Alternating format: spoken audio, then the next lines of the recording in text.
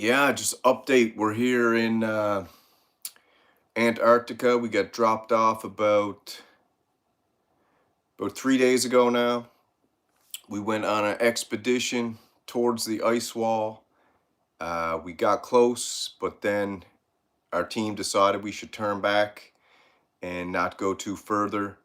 There was a couple strange things that happened, but gonna have to keep that in mind for later. But yeah, we had to turn back, come back. So now we're resting up here. We're about to go on another little expedition tomorrow. And once we finish up that expedition tomorrow, we're just trying to document a bunch of research before we get started on the album. What's up, Trusto? Yeah, so a lot of people had some questions. What are you going to do with the album? How are you going to make it? How are you going to do it? That's too ambitious. You can't do it. Blah, blah, blah. And I'm like, we'll see. We'll see what happens. It is very ambitious.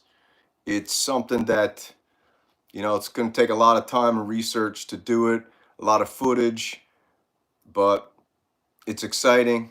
And I think that once it's finished up and the final piece gets put together, I think it's going to be pretty exciting.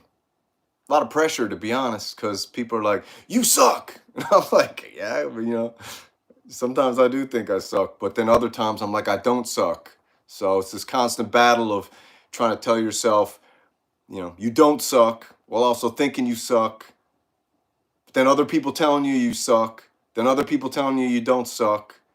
And then you, at the end of the day, got to go and say, you know what? Who cares if it sucks? As long as you're trying to be creative and make something that's inspiring and cool and challenges you and pushes you to the limits, then to me it's worth it.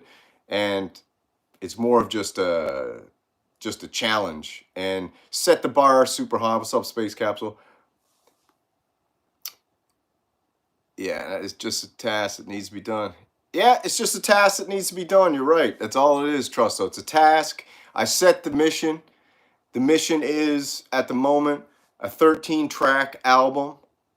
I have no time limits on the songs, no time limit on the length of the album. And then I want to do an animation to go with the album. And then I want to do a kind of a comic book / dark novel-esque thing to go with the album. So I want the listening experience to be one thing.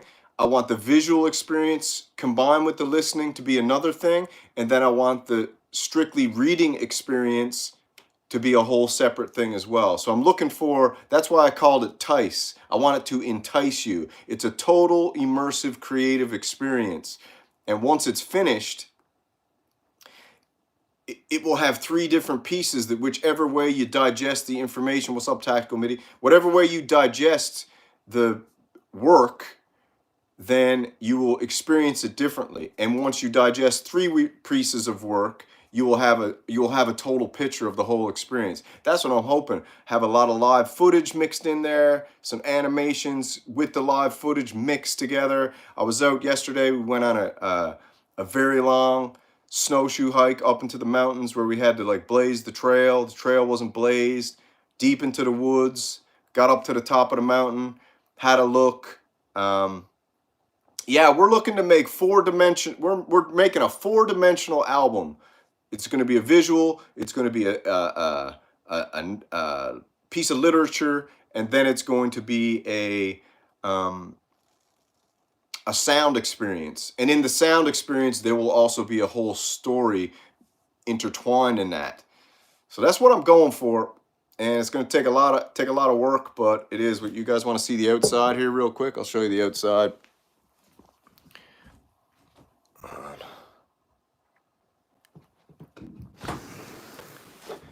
Yeah, so got a lot of snow here. She's very snowy.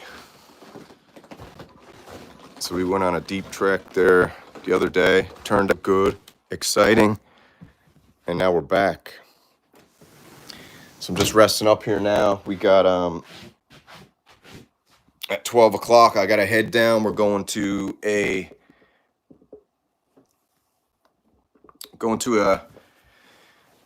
across the way. There's a geothermal pools with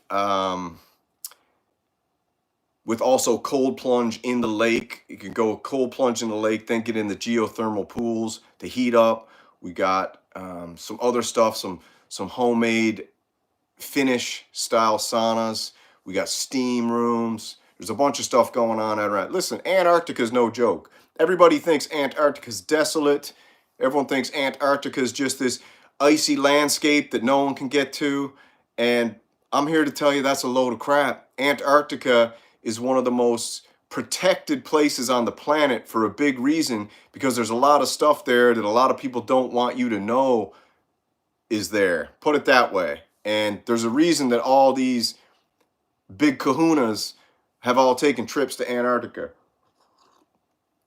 Go look it up. There's a reason Buzz Aldrin said that what he saw in Antarctica is absolutely pure terrifying. Let's just say that. That's not the true quote, but it is the real quote. If you go look up the Antarctica Treaty of 1971, you can go look up the normie version on Wikipedia, which will give you the basic details. But the basic deal is that everybody agreed this place is off limits for humans.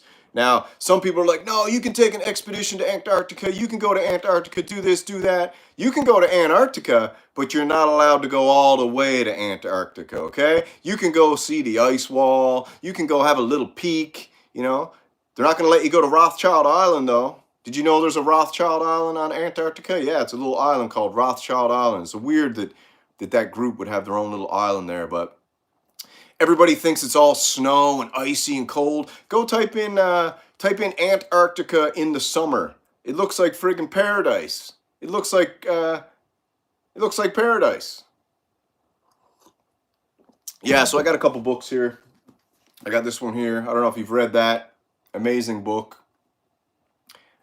This book kind of inspired me a little bit to do this album. You know, I'm reading it again. I already read it once, but I'm going through it again because there's so much stuff in there. It's just absolutely insane. Very cool book cover. And I'm also working on completing the Synth Samurai, the Creative Warrior. This is a not for sale copy. Strategies of winning the battles of art and life. So this is pretty cool little manual I got going on here. I'm just going through it now and trying to see if I should add. I was thinking about adding a whole other thing, a whole story to it. I guess I'd give you, here's an introduction. So this is what I based this book on that I'm trying to complete at the minute. Creativity is a battlefield. Just as generals strategize to overcome their adversaries, artists, writers, and creators must devise tactics to conquer the internal and external forces that stand in their way. This book merges ancient wisdom from Sun Tzu's The Art of War with modern insights from Stephen Pressfield's The War of Art. So these are two amazing books. Stephen Pressfield's The War of Art is absolutely fantastic, and Sun Tzu's Art of War is the greatest of all time, if you ask me. Sun Tzu's teaching on strategy, discipline, and the element of surprise offer timeless principles that can be applied to the creative process. Meanwhile, Pressfield's concepts of resistance, a force that prevents us from doing our work, highlights the modern challenges faced by creatives. By synthesizing these perspectives, we can develop a robust approach to overcoming obstacles and achieving our creative goals, right? So, awesome. So, if, for example, chapter 3 I got here is called The Element of Surprise, right? In both war and art, the element of surprise can be a powerful tool. Sun Tzu teaches all warfare is based on deception. Hence, when we are able to attack, we must seem unable. When using our forces, we must appear inactive. Creatives can harness this principle by introducing unexpected elements into their work, breaking through creative blocks and captivating their audience with innovation. All right, and then I got 3 points, for example, cultivate an open mind, allow for improvisation. And when you improvise in your music, like live jam and stuff like that, ideas can just pop out and all that crap. So anyways, it's cool. I'm going through it. I'm just figuring out what to remove and add. This is not for resale yet, and I got to put a better cover on it. This is all just rough copy. But yeah, it's cool. So I read this book. I decided to write this book, and now I'm making the super album, which is a 4D creative immersive experience. Yeah, 48 Laws of Power is a great book. Never outshine the master. That's the most important one. Never outshine the master, man. That's a good lesson in 48 Laws of Power. Yeah, so like I said, 13 days beyond the ice wall is going to be an interesting experience. I was half thinking about just shutting up shop. I was half thinking about shutting up shop, going dark for 6 months, and then coming back with the boom, boom, boom. And then the boom being the 4, right? So we got the 3D of literature, visual, audio, and then the 4D is the actual being taken through the journey. So if I remove that part, that removes the 4D aspect. Then it would just be 3D. So I don't know. A lot of people wrote and they were like, man, we'd like to see the process of how you're going to do it, how you're going to make it, what the journey is going to be like of building it. I'm in two minds about that. What do you think? It's like, 'cause if I show that, that's going to show what the album is at the end. But if I show the process, it brings everybody involved. You know, you can be on the set of a movie and then you might make the movie, but then at the end of the movie, you don't even know what it's like till you go to the cinema and have the whole experience. So maybe that's what I'm thinking about doing. To be honest, I'm just trying to light a friggin' fire under my ass to do something, to be honest, is what I'm really trying to do. Light a friggin' fire. But I was watching Symptoms of Reality the other night. Shout out to their channel. And one of the brothers, I can't remember which one, said, you don't really know yourself. If you want to know yourself, go and sit in front of your mirror for 5 minutes in the quiet and just stare at yourself for 5 minutes and look into yourself. And as you're doing that, ask yourself, who are you? You know, or who am I? Who are you? It's probably a better way to look at the image in the mirror and be like, who are you? And I thought that was, it actually blew my mind for a minute, because at the end of this little conversation they were having, they were like, the only time you ever look in the mirror is when you're brushing your, Lamar, when you're brushing your teeth or you're getting ready for something. You never truly actually look at yourself. I'm in Antarctica at the moment. You never really truly look at yourself. You just kind of glance over and just go on. So it's very interesting, because a lot of people haven't really properly explained to me what mirrors actually are, because mirrors are actually insane. If you think about what a mirror is, it's friggin' insane. Totally insane. Like, how that's even made, the fact that it's so clear, the fact that when you look at it, there's other weird stuff that goes on with mirrors that I won't get into, but mirrors are a powerful tool, man. I almost feel like mirrors are more powerful than we probably understand. Because if you're looking in the mirror, are you really looking at yourself, or are you looking at your reflection? Are you looking at your other, you know? It's weird. Is it a portal to another dimension? Are you getting like I don't know. It's wild.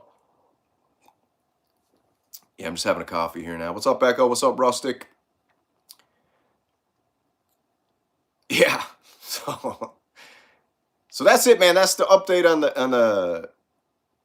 on the research going into this album.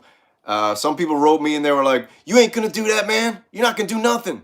And I'm like, you don't believe me, just watch. I'll do it. And it's gonna be fantastic. And it's gonna be something that will. Someone told me I should just make 13 cassette tapes and bury them in different spots around the planet. So I'll bury each tape in different spots around the world. I'll geocache them, and then I'll make a treasure map.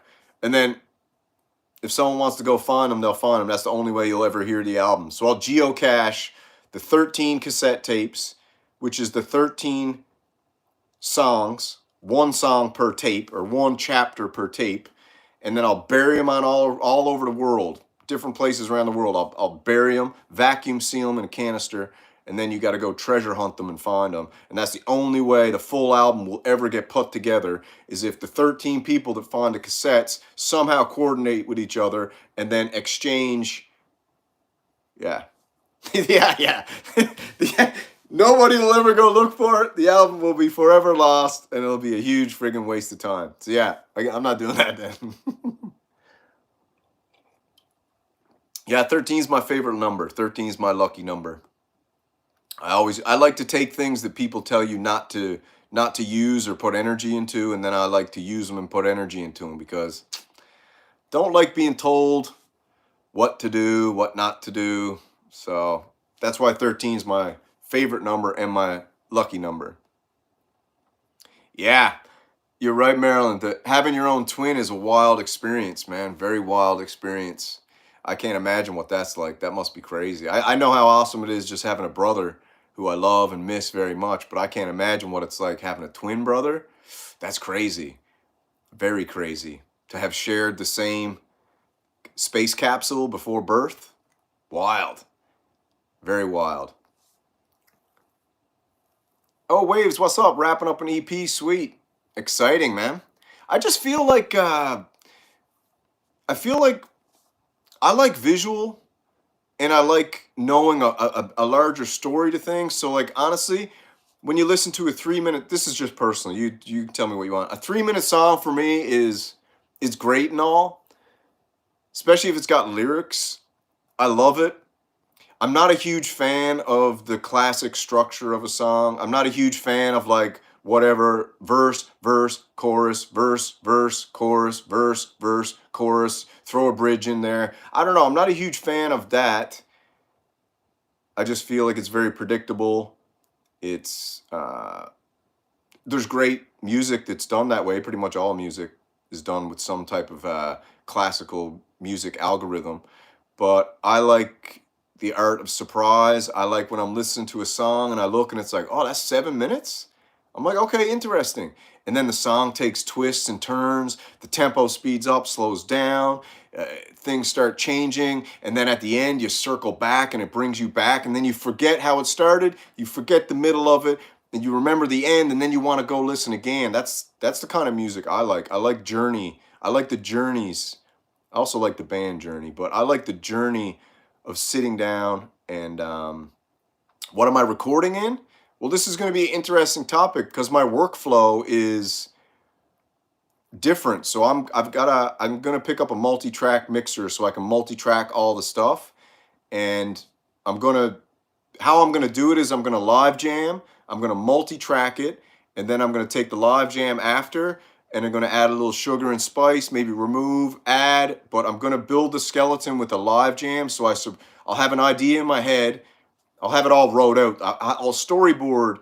I'm going to go backwards. I'm storyboard the story like you'd storyboard a movie. Then I'm going to go back and take chapter 1. I might do the chapters in different orders. I might do chapter 6 first. Whatever chapter or event in this story inspires me, I'll do that first. I'll live jam it out for however long it is, 5 minutes, 2 minutes, 10 minutes, 25 minutes. I'll live jam it out. I'll have it multi-tracked, and then I can go in and I can restructure it after that. So every chapter in the song is going to be live jammed with total connection to the muse. I'm going to be totally connected to the muse and open myself up to receive this story as I'm telling it. So as I'm playing the music with all the synthesizers, I'm going to be receiving this story from the muse and I'm going to be interpreting it into a live jam format. It will be multi-tracked, and then I can go in and rearrange it, and then at the end I can restructure the chapters, and it will be a whole, what do you call it, epoch or epic or whatever you want to call it. It's going to be a whole friggin' story. That's how I'm going to do it. I'm still coming up with the workflow as I go. Yeah, there's giants behind the ice wall, 100%. Yeah. So that's how I'm going to do it. And there's going to be narrative in there. There's going to be songs. There's going to be everything. It's going to be friggin' insane. It's going to be so insane that sometimes I just say I don't even want to really try this actually because it's going to be so insane. Not only is it going to be insane, the story, because like old Rick Rubin says, when you got your antenna put up. So one of the interesting things in this book by Rick Rubin is if you allow your antenna to be a receiver, which is you, if you become the receiver, there's ideas on this freeway just floating along, whoosh, flying, flying, flying. And the ideas choose you, and then you have to be the one to say, all right, let's work together. And if the idea hits you and goes on, it's just going to move on to someone else. That's kind of his idea. Yeah, there's an interesting thing in this. Let me just show you, because you say that Rick Rubin is a part of the Illuminati, and I'm not saying he isn't, but there was a part in this book that I thought was interesting, and I'm going to show it if I can find it here. Let's see. It was right at the beginning. All rights reserved. Hold on. Let me look through this and just make sure I find it, because it said...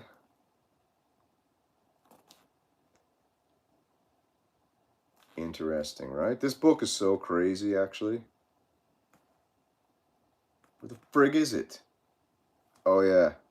So I'm going to show you this right here. So it's interesting you said that Rick Rubin is Illuminati. I'm going to put this up and you read.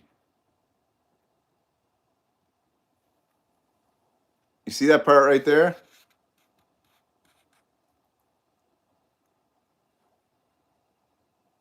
Probably can't focus in. It says, book designed by Rick Rubin with special thanks to Pentagram. And I was like, pentagram? I'm not down with the pentagram. I'm anti-pentagram. So I don't know if Pentagram's a dude, an artist, whoever he is, but I'm not down with the pentagram. Put it that way. And if you can read between the lines, you know what I mean. I'm not down with the pentagram. So I don't know if the pentagram he's talking about in this is an artist, it's a person, it's the actual friggin' pentagram. I don't know what it is. But when I see the word pentagram and someone saying thank you to pentagram, that makes my spider senses go, Things that make you go, Yeah, I don't know, man. So let's see. You want a little piece of this book? Because you can flip this open to any section, and there's friggin' awesome stuff in here. Let's read this part real quick. It appears in a moment. This is Inspiration, page 127. It appears in a moment, an immaculate conception, a divine flash of light, an idea that would otherwise require label to unfold suddenly blooms in a single inhalation. That's what happened to me when I thought about this Tice album, total interactive creative experience. It's just an idea that came to me, just like he's saying. What defines inspiration is the quality and quantity of the download. At a speed so instantaneous, it seems impossible to process. Inspiration is rocket fuel powering our work. It is universal conversation we yearn to be a part of. The word comes from the Latin, inspirare, however you say that, meaning to breathe in or blow into. For the lungs to draw in air, they must first be emptied. For the mind to draw inspiration, it wants space to welcome the new. The universe seeks balance. Through this absence, you are inviting energy in. The principle applies to everything in life.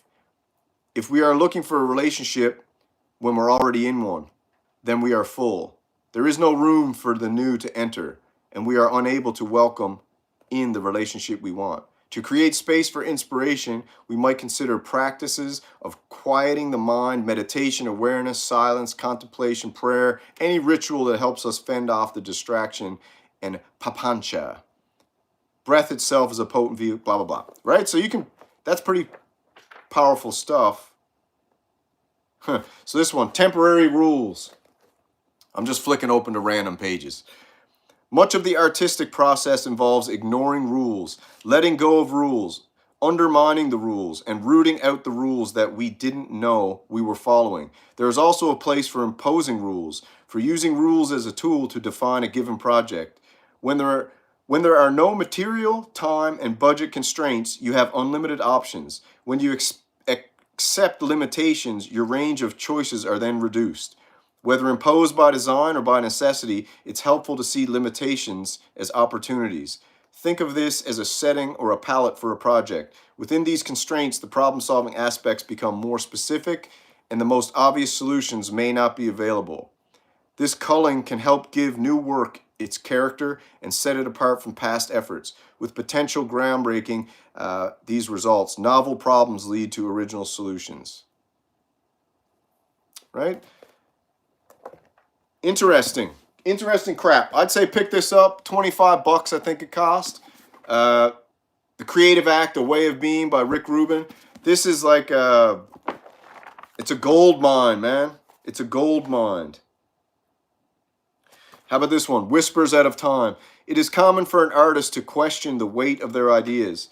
A 5-year-long creative process might have begun with a fleeting moment in a dream or a remark overheard in a parking lot. In hindsight, this tiny seed that led us down a winding path may seem insignificant.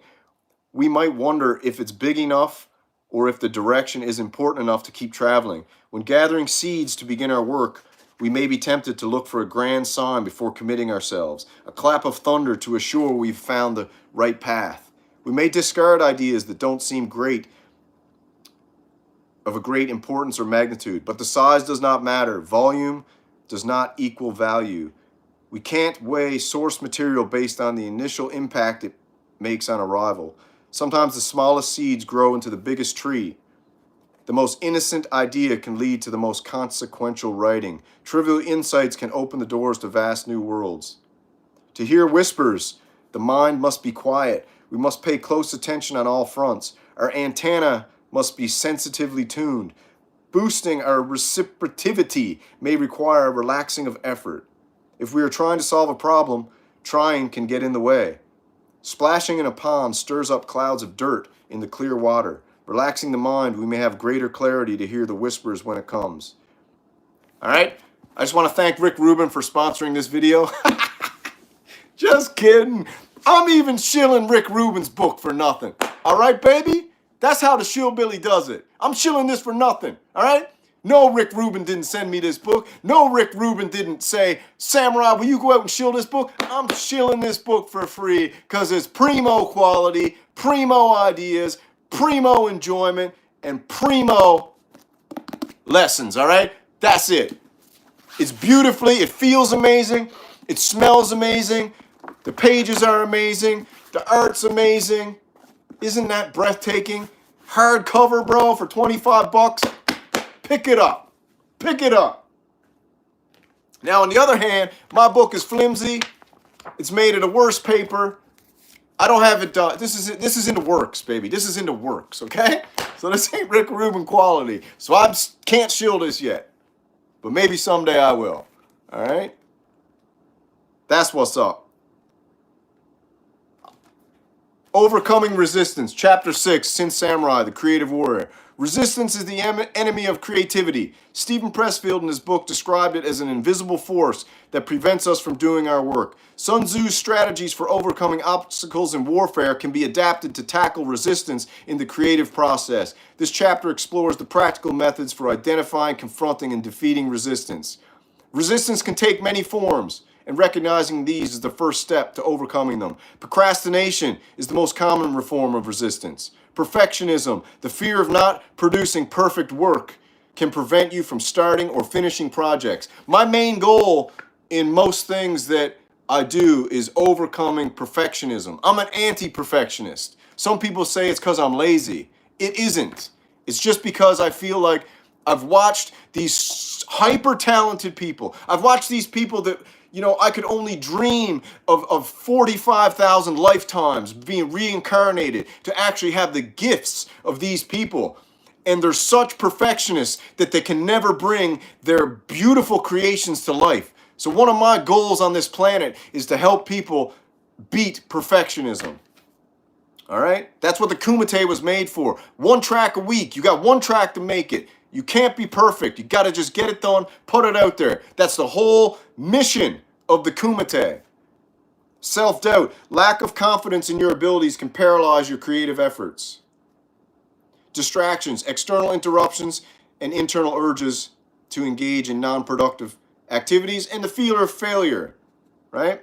So then after, for example, after I lay out the enemy, I put in 4 strategies for defeating the enemy. How do you defeat perfectionism? Embrace imperfectionism. Accept that no work is ever perfect. Aim for progress, not perfection. Allow yourself to make mistakes and learn from them. Iterative process. Focus on creating a first draft or initial version, knowing you can refine it and improve later. This reduces the pressure to be perfect from the start. I think this might be better than Rick Rubin's book. I don't know. It might be friggin' equal. By the time this is done, it might be equal. SYNTH Samurai, The Creative Warrior. Rick Rubin, The Creative Act, The Way of Being. Someday, this will be hardcover, baby, and it will be in my friggin' bookcase right next to Rick Rubin. Because I'm not writing this book is writing itself. All right, this book is getting sent to me by someone, somewhere, on some type of dimension saying, SYNTH Samurai, will you be the vessel to get this to planet Earth? I'm like, yes, sir. Yes, indeed, I will. Mission accepted. Let's go. Hold on a second.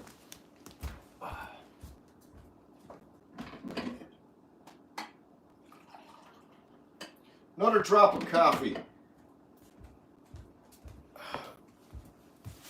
Can someone give me the time? What time is it? Written by the Renegades. This is written by, with, and for the SYNTH Renegades. I'm telling you, this...